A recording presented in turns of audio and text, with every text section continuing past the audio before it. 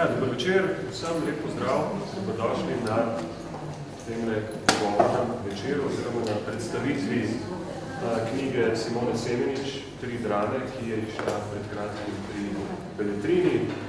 Gre, kot pove naslov, za zbirko treh dram.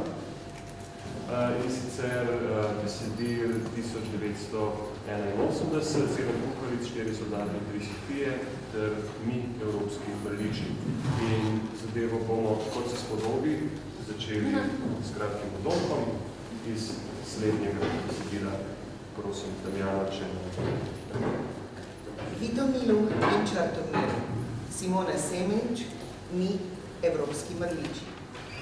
Zlatimi žarki sijalo bo sonce na nas, evropske mrliče. Srečko Kosovel, ekstaza smrt. V spomin stari mami Milici Strujič, 1921-2015.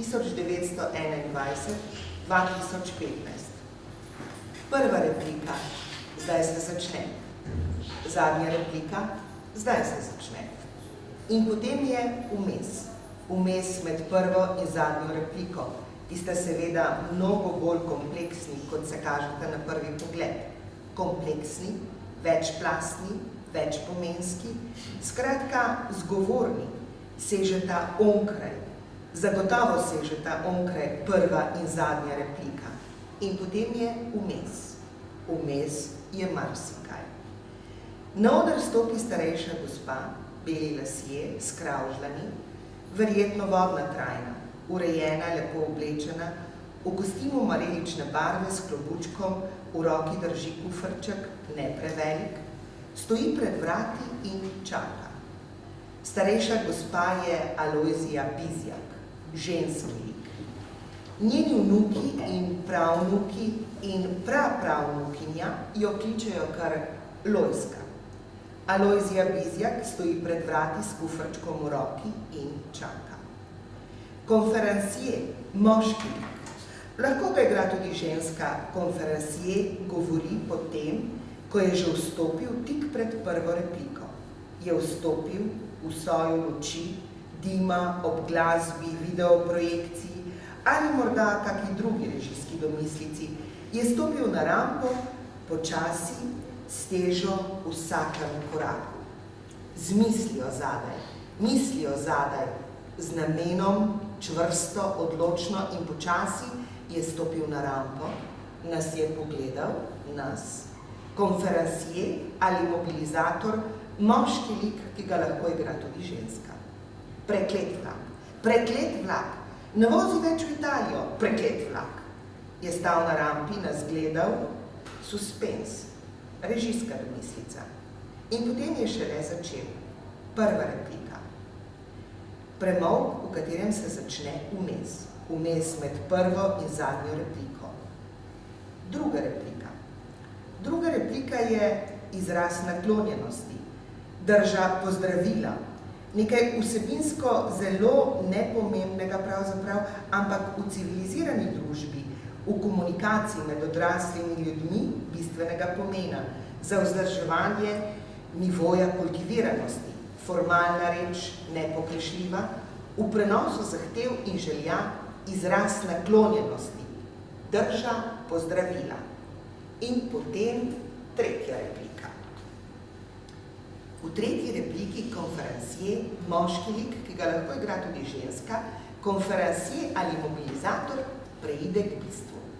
Ampak še preden konferencier preide k bistvu, Alojzija Bizjak stopi pred vrata s kufrčkom in čaka. Tretja replika govori o tem, da je cajt, da se premaknemo, da on ve, kje smo, da on ve, kako stvari stojijo, nekaj takega, da on pač ve in da je njegova naloga, da nam te reči razodene. Jebemo mater, kako to stranje pelje, jebemo mater, kako dolga je tretja replika. On ve in nam to razlaga. In potem tudi mi vemo, in se strinjamo z njim. Jasno nam je, še preden se tretja replika dobro začne, nam je povsem jasno, da stvari na tak način ne peljejo nikamor, da plavamo v dreku. Alojzija Bizjak stoji pred vrati in čaka.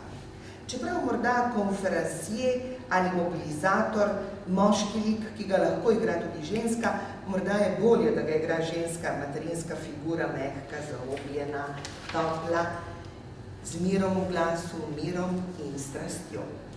Morda konferansije vse to pove z izbranimi besedami, izbranimi mislimi, podkrepljenimi statističnimi podatki, zgodovinskimi primeri, s filozofskimi premisami. In nam je potem še bolj jasno, da plavamo v dreku. Hvala. Ja, mislim, med stvarmi, ki jih počneš v življenju, je tudi ta, da se nekaj poučuješ dramsko pisanje, da imaš delavnice, da ljudi nekako učiš, kaj to dramsko pisanje sploh je. In za uvod me zanima, kako jim razložiš specifiko dramskega pisanja in kako se dramsko pisanje loči in v katerih pogledih je drugačno od drugih načinov literarnega izražanja. Zdaj, v bistvu, ne vem, prav, mislim, tako abstraktno to, kako jim razložiti, ne vem, najbolj, da povem kar sami.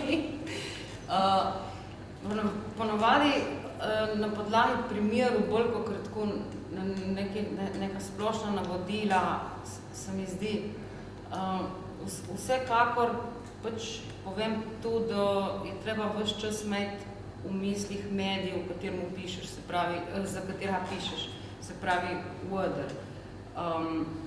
In zmer pač poudarjam to, da je na odri vse mogoče, kar recimo na filmi se meni še zmer zdi, da ne, da je na odri več mogoče, kot na filmi, da je odri premalo izkoriščen, oziroma pač, da ima več potencijala, kot ga izkoriščamo. In zdaj pa, da bi pa prav natančno vedela tako, recimo temu teoretično, povedati, kakšne so razlike, mislim, da vem, vsekakor pač, ne vem, mislim, zdaj pač res to razložim zmer na primerah nekako, splošno, ne vem. No, pa se zdaj imamo primer, se zato tudi se sprašujem, ker mi evropski mrliči, ko pač tekst beremo in ko se spomnimo na to, kaj so nam v šoli govorili o tem, kaj je to dramatika, ne, in ko se spomnimo nekih klasičnih primerov dramskega pisanja, ta tekst funkcionira precej drugače, oziroma se zdi precej drugačen. Ne? In ravno to, ko praviš, da je treba več čas imeti v mislih medij, da je treba imeti v mislih oder, ko bereš neko klasično besedilo namenjeno odrskemu prizarjanju, si tam precej lažje predstavljaš, kako ta stvar zgleda na odru. Imaš pač like, imaš osebe, te osebe so v nekih dialogih, v nekih akcijah, imaš didaskalije, ki opisujejo pač ponavadi predvsem banalne reči v smislu odide skozi zadnja vrata. Skratka, vse skupaj je predvsem jasno narisano bralcu, kot pa recimo v primeru besedila, ki smo ga poslušali. In zato se mi zdi zanimivo to vprašanje, kaj je potem takem to, kar evropske mrliče dela dramsko besedilo, že v štartu? Mislim, zdaj, vsekakor, ne vem, če se strinja s tabo, zaradi tega, ker v bistvu pač v evropskih mrličah je točno opisano, kaj se na tem odri dogaja. Mislim, naslikano pravzaprav. Tako da v bistvu se mi zdi, da si lahko tako predstavljaš, oziroma mislim, da si v bistvu še lažje predstavljaš te like, kako se sprehajajo na odri sem ter tja, kakor pa pač, če imaš neko tirado, kaj je sam lebeta. Klasične neke, pač recimo temu, drame. Ali pa če se dva pogovarja, kot se pogovarja, sta se tle ti domišljija, kaj dost, no, meni se zdi, mislim, ne vem, vsekakor se mi zdi, recimo, pač, če vzamem konkreten, težko mi je malo pač o tem govoriti na podlagi iz svojega primera, ampak se mi zdi, da recimo, če vzamem mrliče zagotovo, ko jih bom prebrala, mislim, jaz, bom prej pomislila na to, da so za na oder, kot za na film, recimo. Sam ta razlika. Se mi zdi, da pač nekako da je odrski tekst, ne pa recimo scenarij za film. No? Takoj se mi zdi da vidim pač tu.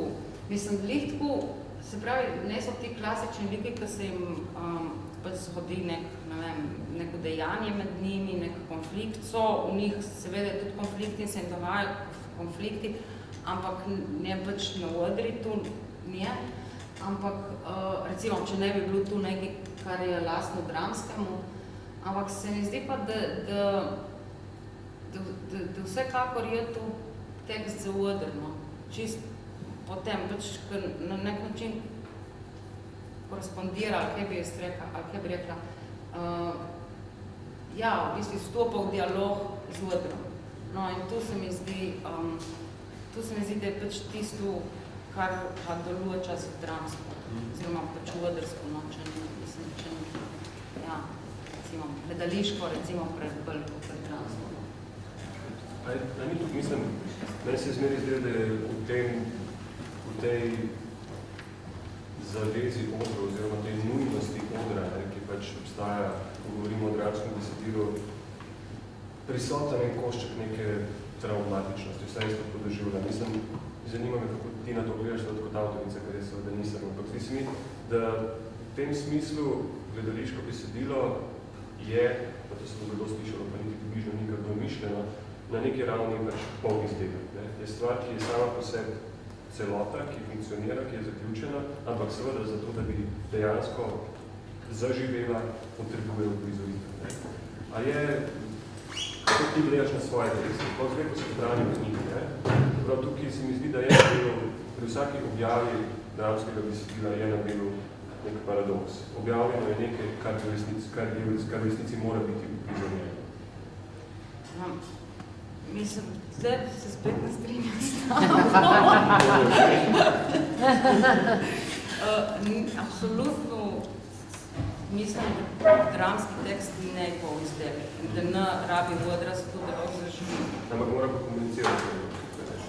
Ja, nekako, ja, predstavlja si tako, da pač komunicira pač z odrom, to ja, ampak mislim, da lahko ti prideš do zbrajanjem dramskega besedila, lahko doživiš ali recimo, ja, lik tako močno izkušnjo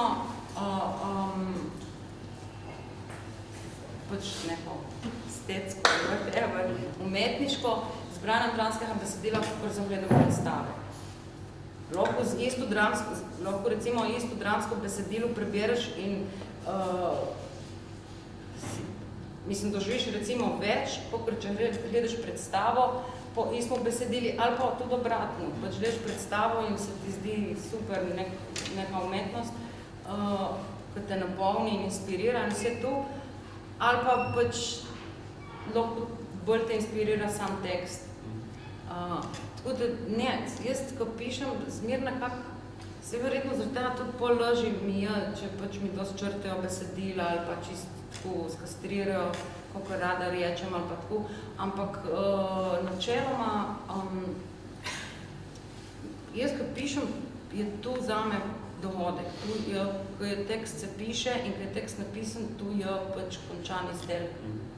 Jaz pišem zato, da pišem, ne zato, da bo prizorjeno. Ne vem, kako bi drugače razložila. No? Kaj pa se zgodi s teksti, ki ne vidijo gotovo?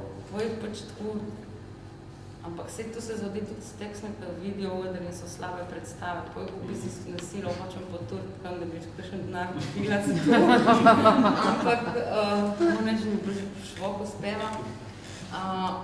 Pač tam so, ne vem, vsake toliko še kaj preberem, pa dam komu v brajanje, ko se misli, ja se lode pa ne dol, pa tu pač čakajo. Spravi, niso pokopani, niso... Ja. Lahko sem en intermezzo. Katera izmed uprizoritev po teh po vseh tvojih tekstih je bila najmanj ščrtana? Ali pa da se jo pustili v celoti takšno? Gostija. Kar me je čisto totalno šokiralo, zato ker jaz sem rekel, tam je pa res, ko sem pisala Gostijo, tiste je bila res verbalna diareja. Ampak jaz sem ful premišljala, ne ščrtam tisto grozljivo didaskalijo, in sem jo zavestno pustila, noto sem ga ne načrtajo, sami meni štima. Tako ker da mi štima, sam na odri tu bo treba ščrtati. Sama sem pač nekako tu, ne sem si ščrtala, ampak sem bila prepričana, da bi črtali.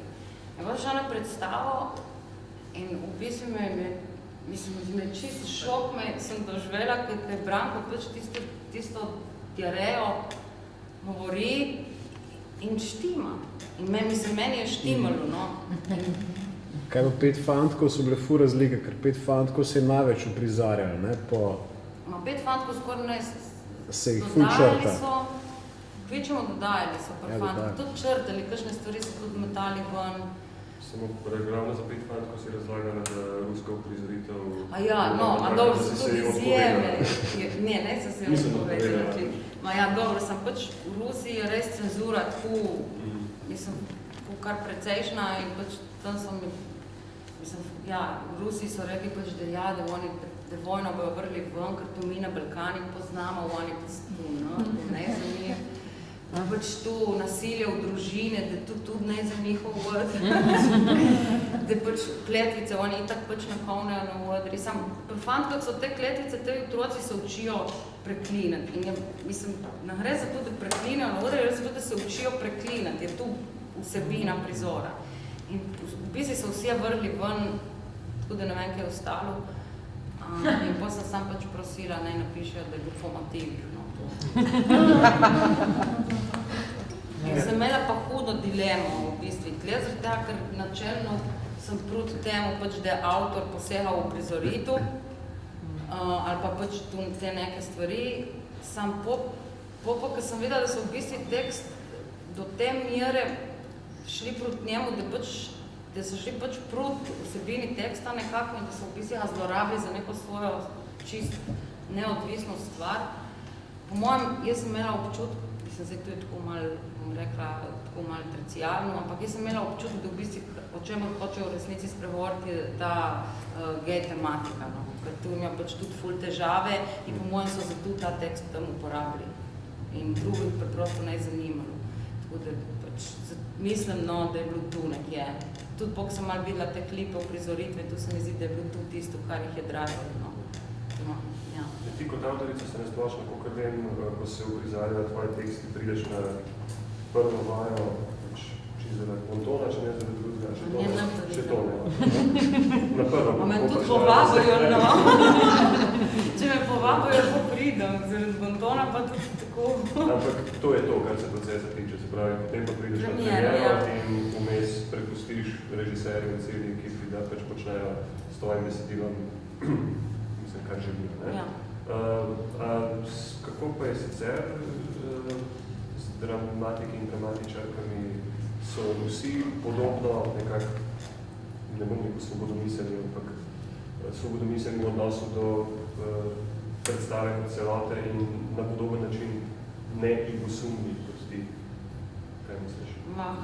Ne vem, verjetno je pač odvisno, zdaj pač slišala sem že vse sorte nekih zgodb, prav da bi prav tako uvedla pa sodelovala pri čem razen, ko smo delili Saro Kensem, takrat je pač bila ona že pokojna. Smo res 2 repliki se mi zdi, da smo zamejali. Mislim, neke 2 stvari smo zamejali in zaradi tega je v bistvu Simon brat nekaj pač upravlja s tem, pač je rekel, da ne moramo gostovati razen v angleško govorečih državah, da pač ne smemo gostovati razen, če tu podpravimo in ko nam je poslal tak ful dolg mail, točno je napisal, kaj vse bi mogli popraviti, da bi lahko šli gostovati s to predstavo. Ampak šlo je za 2 repliki? Šlo je za pač, tiste narcise ne so padle dol, ko ne smo imeli denarja. Pole nam mest Abakusa smo uporabili, so pisali po pleksiglas in mislim, take stvari, in na mest tistega komada, ne vem, kako je že predpisano v teksti, nek komad od Beatles smo dali Across the Universe, kako je,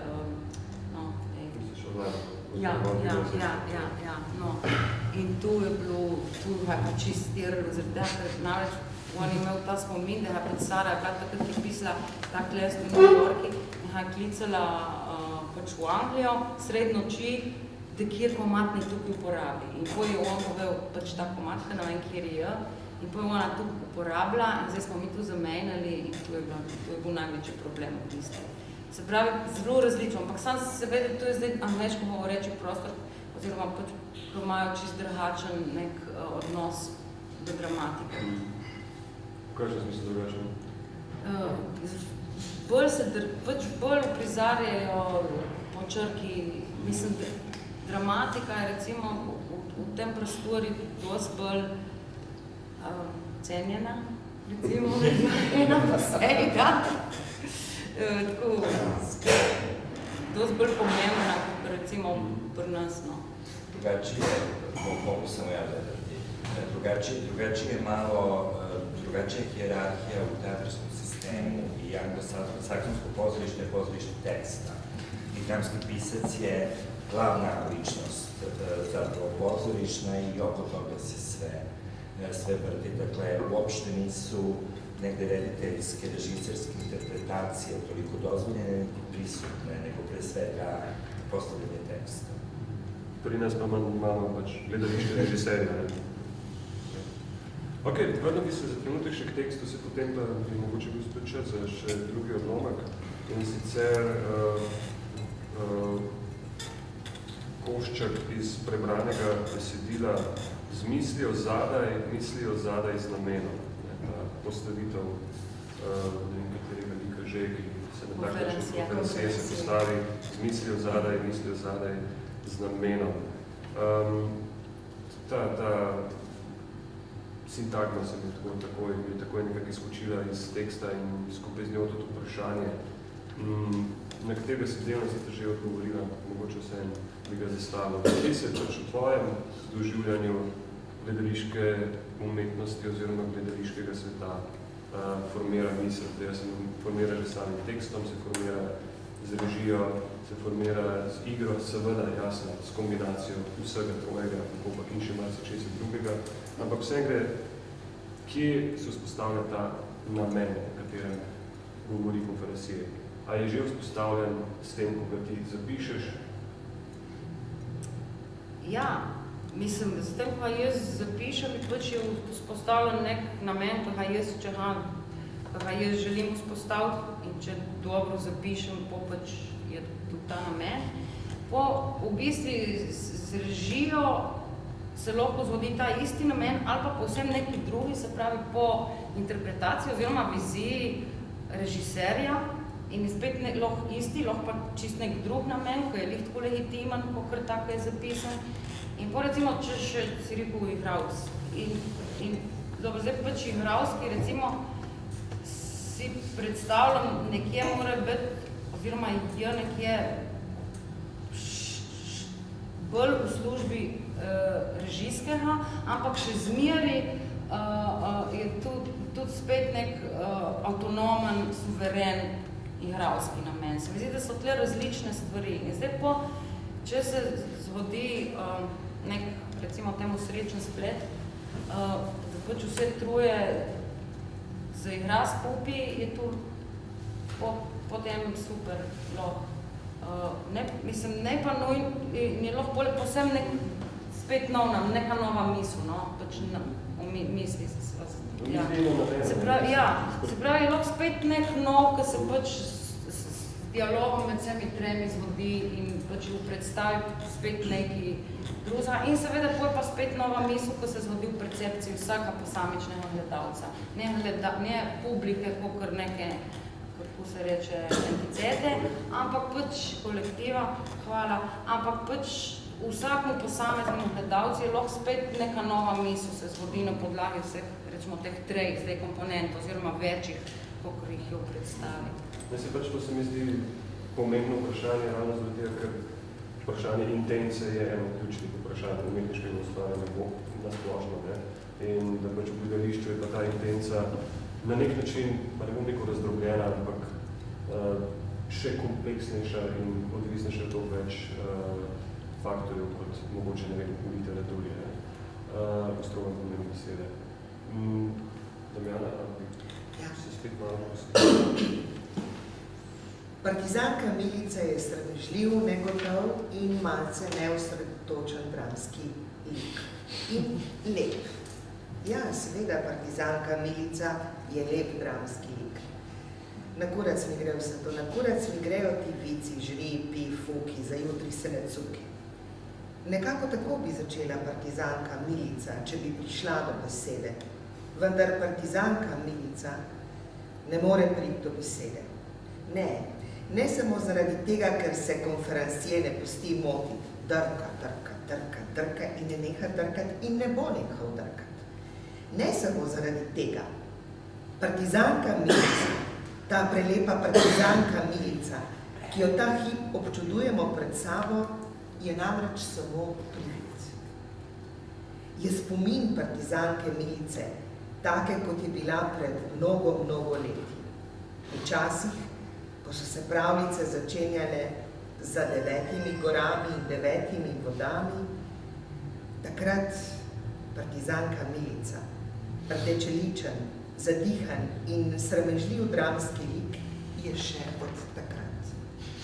Danes, ko mi to gledamo, danes ta Milica leži v hospicu, brezbarvna, brezkrvna, leži v hospicu in ne more več govoriti. Žripi, fuki, za jutri se ne cuki. Nosil je belo uniformo, razoglav, nasmejan, je stal na rivi, sonce, vetrc, morje, svoboda. Bil je junij leta 1945, razoglav, nasmejan, obkrožen z drugimi mornarji, razoglavimi, nasmejanimi, sonce, vetrc, morje, svoboda. S tem mornarjem se bom poročila, sem takrat pomislila. Ne, to ni ljubezenska zgodba. Tako bi Milica začela svojo pripoved, če bi prišla do besede. Ampak Milica ne bo nikoli več prišla do besede. Sonce, vetrc, morje. Z veseljem, tovariš, in sva šla. Bil je tako lep v tistem soncu, tistem vetrcu, ob tistem morju. Ljubila sem ga, močnega, postavnega, nasmejanega. Ljubila sem ga v tistem trenutku, ko je bilo vse mogoče. Ljubila sem njega, tisti trenutek, tisto sebe v tistem trenutku, nasmejano, rdečelično partizanko, ki se je zaljubila v mornarja v tistem soncu, v tistem vetrcu, ob tistem morju, in sva šla. In je bil ves svet najen. Ves svet je bil naš. Prihodnost je bila najina. Je bila naša. Je bila svetla, varna, topla. Bila sva. Midva sva bila vse to.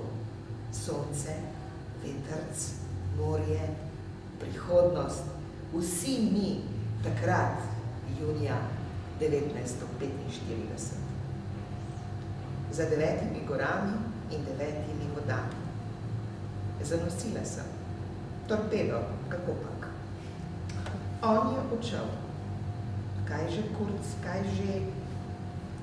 Lako je tuđim kurcem po koprivama reči. Imaš najčas privilegija, da si dozameš, da svoje pisanje preizkušaš z igralcem, z igralko, v fazi nastajanja besedila, pa tega niti ne potrebuješ. Ne, zdaj pač, ko pišem recimo te stvari, te, ki so v knjigi, ne, v bistvu pišem in napišem in to je to, no, neč preskušamo, sam mislim. Ne. In sam recimo, ko pa delam te predstave, pri katerih v bistvu delamo tekst od začetka, se pravi, pišemo skupaj, popravljam tako, pa ves čas poteka ta preverka, seveda pač pa skupaj nekje to delamo. Pa se včasih tudi zgodi, da napišem tekst, ki se ne uporabi. Ne, mogoče. No, v tem televiziji gotovo. Ne, tukaj ne. No, kakokoli. Ampak drugače, ko pišem, pa te tekste pa v bistvu njeno, v bistvu napišem in tu je to. Je pa ves čas pa sicer kakor že berem na glas, no. Ker pišem na glas in berem na glas in po 1000krat pač preberem. Mislim, tako da pač ves čas nekje vsaj poskušam slišati, no, kako zveni drazi igralci pa njeno. No, tisto si omenila, da je ta pač tem drug pristop k teatru, se pravi pozdravsko gledališče in tudi tvoja vloga v tovrstnih projektih, ki je drugačna, ki se pač ne konča pred prvo vajo, na katero prideš, pa ne, če te povabijo in da pustiš zadevo ustvarjalnemu kolektivu. Kako te to v bistvu, mislim, kako doživljaš to razliko, se pravi biti del ustvarjalnega kolektiva, mislim, kot dramatičarka v predstavah, kjer tekst nastaja sproti, kjer je seveda delo tvoje, pa hkrati od vseh ostalih upletenih, ki prihajajo z nekimi svojimi idejami, kjer se seveda navezuje dostkrat na besedila, ki sploh niso niti literarna ali to kakšen časopisni članek, ali to včasih samo, ne vem, neka misel, beseda, ideja, karkoli. Skratka, kako se ta dva načina ustvarjanja besedila razlikujeta in kaj so nekako plusi in minusi, recimo temu enega ali drugega? Ja, recimo, ne vem, meni se zdi, da tako, v bistvu se en pa drug način se mi zdi dopolnjujeta, no, kar se pač tiče mene in mojih izkušenj in tako. Drugače pa, ne vem, recimo, ker delam z neko ekipo, to pomeni pač dosti več sprejemanja kompromisov. In je to tisto, kar je po eni strani minus, po drugi pa pač tudi plus.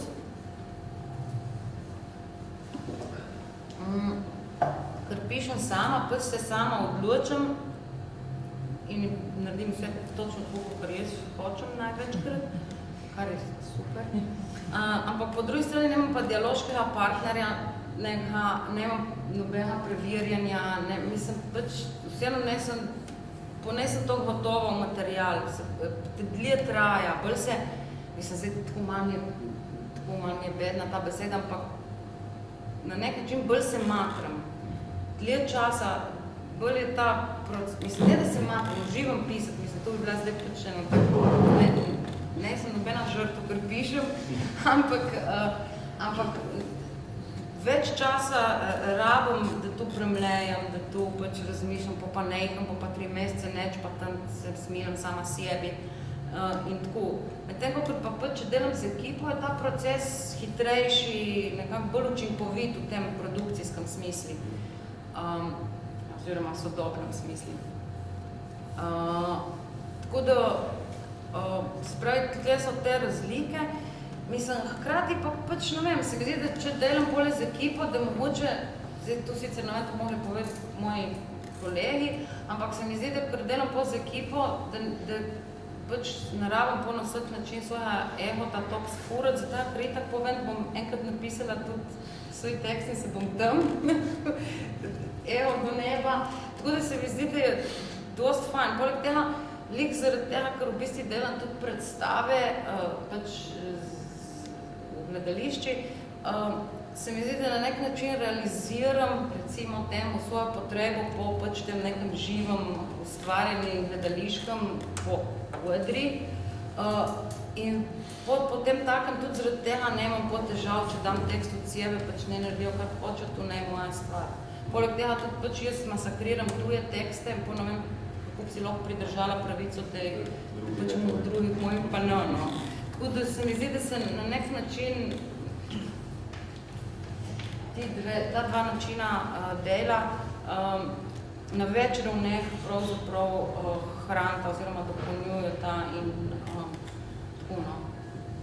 Zdaj, rekla si, pač, ko pišeš, napišeš točno tako, ker ti samo odločeš in basta, ne? Ampak, ko pa si pač soočena s pisanjem po naročilu in tudi to počneš, ne? Pa verjetno vseeno obstajajo neki parametri, ki jih moraš upoštevati. Takrat si pač v poziciji najete delovne sile in naročnik, ne, verjetno ima neke približne predstave o tem, kaj je tisto, kar od tebe hoče. ali pač ne. Zdaj si predstavljam, da so situacije različne, ampak čisto, če poveš, kaj so v bistvu nekak tiste stvari, s katerimi si soočene, tiste meje, ki so ti postavljene, kadar si povabljena kot pač kot dramatičarka za konkreten projekt, v konkretnem gledališču, v konkretnem času, s konkretnimi roki. Ne vem, a ti rečejo, a ti določijo žanr, a ti določijo, ne vem, število igralcev, ker je pač treba nekako zasesti, a ti določijo, ne vem, dolžino, banalizirano. Zelo različno, v bistvu odvisno zdaj za kakšne stvari, kakšna adaptacija, načeloma mi povejo tudi število igralcev, ali pa vsaj okvirno mi povejo število igralcev zmeri, ali pa je za mali oder ali za velik oder. Tudi če po drugi strani kuharice sem pisala za mali oder, pa so pač bile na veliko. Ampak načeloma, zdaj razen tudi za kakšne adaptacije, ker jih tudi v bistvu delam z režiserjem nekako in je spet mogoče bolj sodi v tisto drugo kategorijo, tudi če ne sem spozdraven na vajah. Načeloma mi rečejo, da mi pustijo proste roke, no, da pač mi dajo neko izhodišče. Mislim, tako je, zdaj pri tem, recimo, vsaj meni so pripisani tudi omejitve neke fajn, da pač imam nečesa se, mislim, da imam nekaj za se oprijeti. Pri naročilah je vsekakor fajn tudi, da veš, da boš dobil honorar, oziroma da računaš na to, da boš dobil honorar. No. Ampak tu je dosti bistveno, mislim, ko pač zdaj službe ne imam, živim od tega, kar napišem. In nekaj stvari sem seveda napisala brez honorarja, sem se pač delala drugo, ampak načeloma mislim, sem naročila res nujna v bistvu za preživetje in da sploh lahko pišem, ker če ne, mislim, zelo težko v svoj nekako, bom rekla, delovnik oziroma pač ukomponiran še pač neko pisanje za dušo. No, ampak tako, kot si rekla, v resnici omejitve, ki jih prinaša pisanje po naročilu, načeloma pač ne predstavljajo neke blokade, zavore, ovire, ampak nekaj, kar ti lahko po drugi strani kot inspirativno. Zdaj, če dobim res kakšno, se opravičujem, budasto navodilo, probam izkoristno in nekako inkorporiram v tekst. Zdaj, če naročnik to opazi ali ne, nekako se pretvarjamo, vredno vsi, da ne opazamo, ampak načeloma poskušam izkoristiti vsako navodilo ali pač tako, da pišem tako, ko mi je rečeno, ali pa da to sam izkoristim zato, da vpletem v tekst na nek način. Sam pač, ne vem, se tudi zgodilo že, da pač naročnik po s tekstom ne bil zadovoljen in ne hotel plačati ali pa tako. Mislim, tu so zdaj spet te neke stvari, mislim, ko pač nekako pogovor okoli tega pridem, s pogovorom okoli tega pridemo pač do teh nekih problematik, ko smo avtorji, ko smo pač samo zaposleni v kulturi zelo nezaščiteni. No. Pogodbe so slabe, tudi te založniške. Mislim, tu vse so neki muštri, ne imamo nobenega, kako se temu reče, sindikata. Ja, okay. Tu ne vem, kako se reče, nekaj. Ja. Se pravi, pač nekako nekje, recimo, se pravi, dramatiki, ne spadamo pravzaprav niti prav v gledališče, niti pač literaturi, tam nekje vmes smo in ne smo zdaj neka skupina, ko bi se tudi, mislim, verjetno smo tudi malo tudi taki ljudje, no, ko bi se kaj dosti med sabo pogovarjali in se mi zdi, da pač tu tisti pač, ker držijo vajeti v rokah, s pridem izkoriščajo, no. Se pravi, in v zvezi s pogodbami, kakšne so, in honorari in vse to. Ampak ni to, mislim, po mojem niste dramatiki osamljeni v tej izkoriščeni poziciji, ampak jaz. Ne, absolutno ne, ampak sem pač spet še ena stvar. Ne, to se hoče reče, ni to ta vmes, se rekla, kaj je med prvo in zadnjo repliko je vmes. In ni zgodovinska pozicija dramatike vedno bila spet ta vmes, ta ne povsem zaželjeni, nezakonski otrok literature in gledališča, ki se ga oba starša mičkano tepata, se ga sprejemata v svojo sredo, ampak hkrati je pa, ne vem, kot da bi jo navdajal z manjšim neravnodjem. Skratka, da dramatika nikoli zares ne spada ne v eno, ne v drugo sfero. Ja, mislim... Ali je pač to zato, ker je to je, ne povsem vem, samosvojeno? jaz mislim, da je recimo, ne povsem, ampak nekako, to je dramatiki imanentno, da spada malo sem, malo tja, je taka mislim, jaz ne vidim tukaj, ker ne vem, jaz mislim, ne pomeni, da je vmes, ampak to je ena izmed njenih lastnosti in še zmeraj neka avtonomna, kaj bi rekla, branža, ker je tu lastno, da spada malo sem maltjan, ampak tega ne pomeni, da je pastore česarkoli, to. Ampak to se je izrazito spremenilo z osamosvojitvijo oziroma po 80 letih, z 90 leti se je izrazito spremenilo, zaradi tega, ker je bila dramatika do takrat enako spoštovana in so se smatrali res dramatiki, Strniša, Zajec in tako naprej, vedno dramatiki, Šeligo, Jančar. Se pravi, da se je spremenil odnos do dramatike res prav z nastopom države. Ampak se je do literature se je začel spreminjati tudi, jaz to pojmujem s tem, ker je smisla je vezana na identiteto, zaradi tega, ker je tudi beseda je začela zgubljati pomen, tudi režisersko gledališče se je bolj razpohodilo in s tem se je tudi dramatika kot literatura, kot odnos do dramatike, da je literatura, se je takrat začel spreminjati. Izrazito, tudi Sentinove drame, recimo še v 80-ih letih ali pa. Res s nastopom države je prav res izrazit. In jaz to pač ponujem, da gre za neko identiteto narodovo, ki ne prepozna pač to, da se so te stvari zazivile. Ker nikoli ni vprašanje, da Strniša, Zajec, Šeligo, da niso literati, da so bili dramatični. Vse se mi zdi, da pa vsi omenjeni niso bili samo dramatiki. To je fakt. Ne, tudi kot recimo pač... Se tudi še vedno, mislim, so pisci, ki so pisatelji, se pravi, pišejo prozo in so tudi dramatiki. Pravzaprav jih je večina, ali so pesniki in so dramatiki. Malo je samo dramatiko, še vedno. To se tudi spremenilo. Ni bilo vprašanje, ali je to literatura ali ne, to se pojavlja z nastopom slovenske države. To je moje mnenje.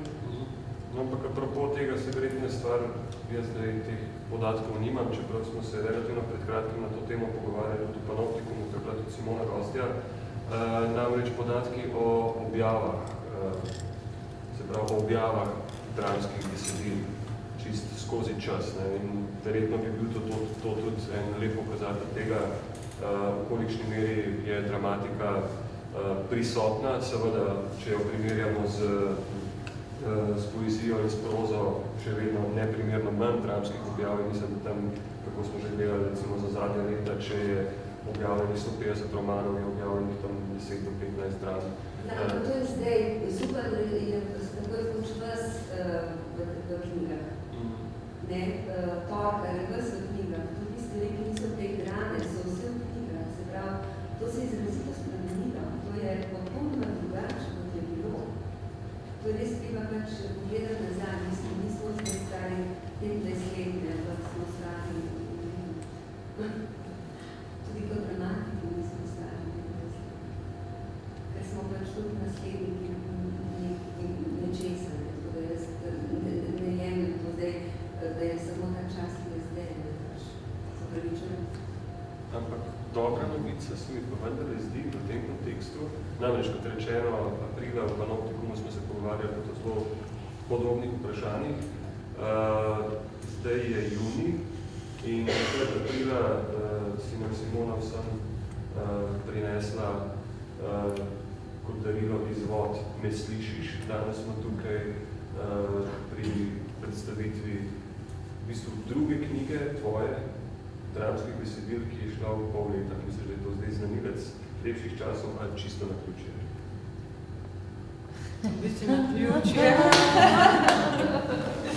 Se pravi, nimamo pravice biti optimisti v smislu tega, da se bo dramskih besedil objavljalo več. Mislim, da zaradi tega njeno. Ampak to je bilo res čisto na ključe. Zato, ker v bistvu hkrati, ko sva se povarjala z Mitjo, me v bistvu Hašper klical, da bi pač neke drame objavil in potem je bilo to slučajno hkrati. No.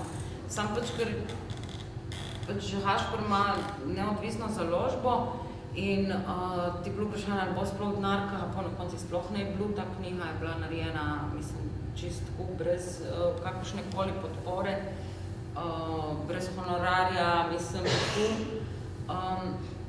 Ampak po drugi strani, kar bi rada spet poudarila, kar tudi zmer poudarim, mislim, spet je pač v neodvisni založbi je možnost za pač neki preskus, za neke eksperimente, za neki sprobati. In recimo, jaz sem imela pač to idejo, da bi na ta način, pač na ta nek romanesken, recimo s to romanesken didaskaljo, kakor ji rečem, povezala te svoje avtobiografske, recimo temu, monodrame. In je bil Hašper takoj za, v bistvu se začela pogovarjati o tem in tako, in potem sem jaz to napisala.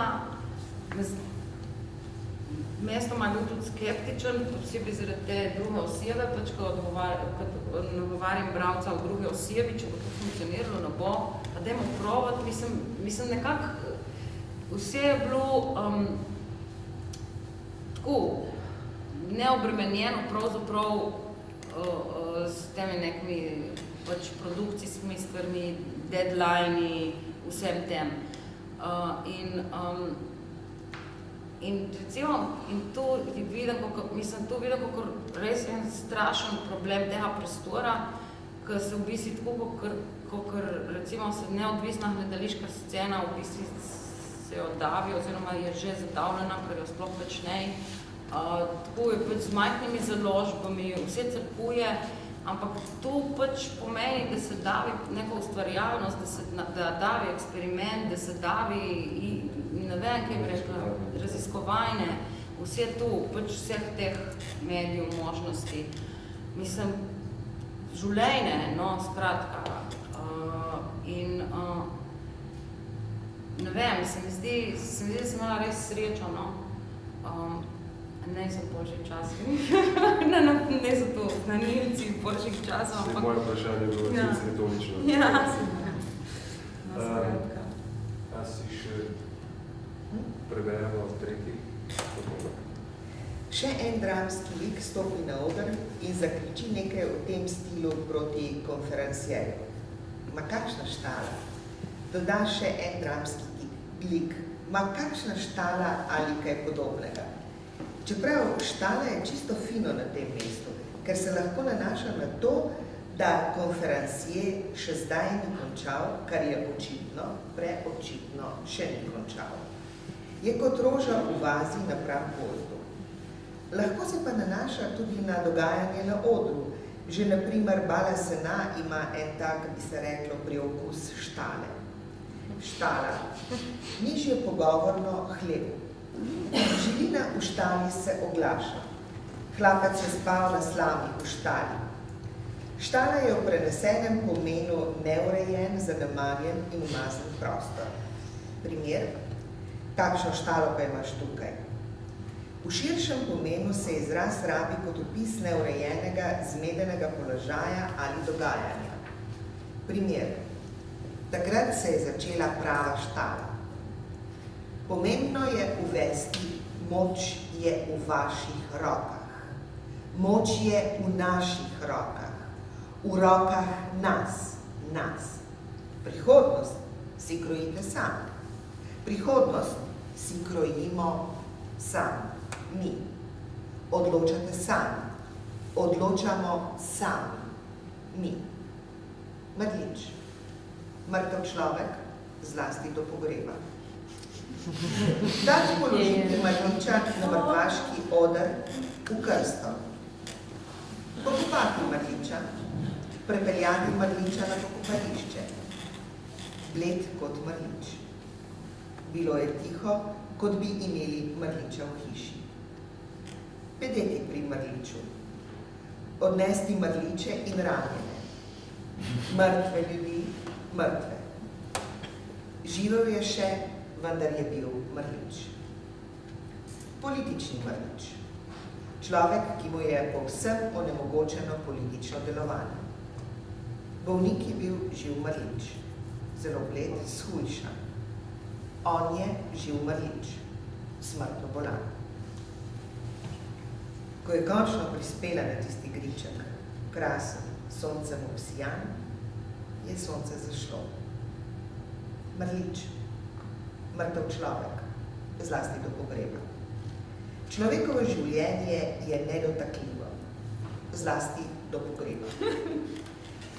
Nihče ne sme biti podvržen mučenju, nečloveškemu ali ponižujočemu kaznovanju ali ravnanju. Kurvo slovenska, slovenska kurvo in sem ostala. Kurva hrvaška, hrvaška kurva. Mu pač daš, da je mir. Vsakdo ima pravico do osebnega dostojanstva. Smrt s koso ponudi Alojziji Bizjak roko. Alojzija Bizjak jo prime in skupaj odideta, medtem ko se vodovodarji, ostali moški liki, kmečki fanti, v Dirndlu prelepa Milena, Jolanda in konferencier ravsajo za dragocenosti. Morda pa je domiselni režiser, upoštevaje, ko so velel citat na začetku, v kovček naložil gnoj in se ravsajo za gnoj. Čeprav, roko na srce, bi bilo to že kar čez vsako meru sprejemljivega. Mi vendar razumemo, da smo v dreku do grla. En cigo, en kripelj, ena kurva. Politika je kurva iz Kažina, bi čisto na koncu rekla partizanka Milica. Seveda, če bi še znala govoriti svojo mešanico hrvaščine in slovenščine. Politika je kurva iz Kažina. Sem prepričana, da s tem ne bi hotela užaliti prostitutk, ki trdo služijo svoj kruh v hišah ljubezni. Ampak partizanka Milica nikoli več ne bo prišla do besede. Hvala lepa. Ja, že sem gotovo, da nismo še ničesar povedali o objektu, ki je pred nami in zaradi katerega smo se zbrali, o knjigi. Pa bi bilo verjetno lepo glede na to, da je predstavljeno. Mogoče s tvoje strani, mogoče tudi strani Ade Manca, skratka, kako bi opisali to izkušnjo in ta objekt. Kot človek, mislim, jaz vidim knjigo prvič in kot se vesti, kako je... Studi. Na to se nekaj povečati všeč.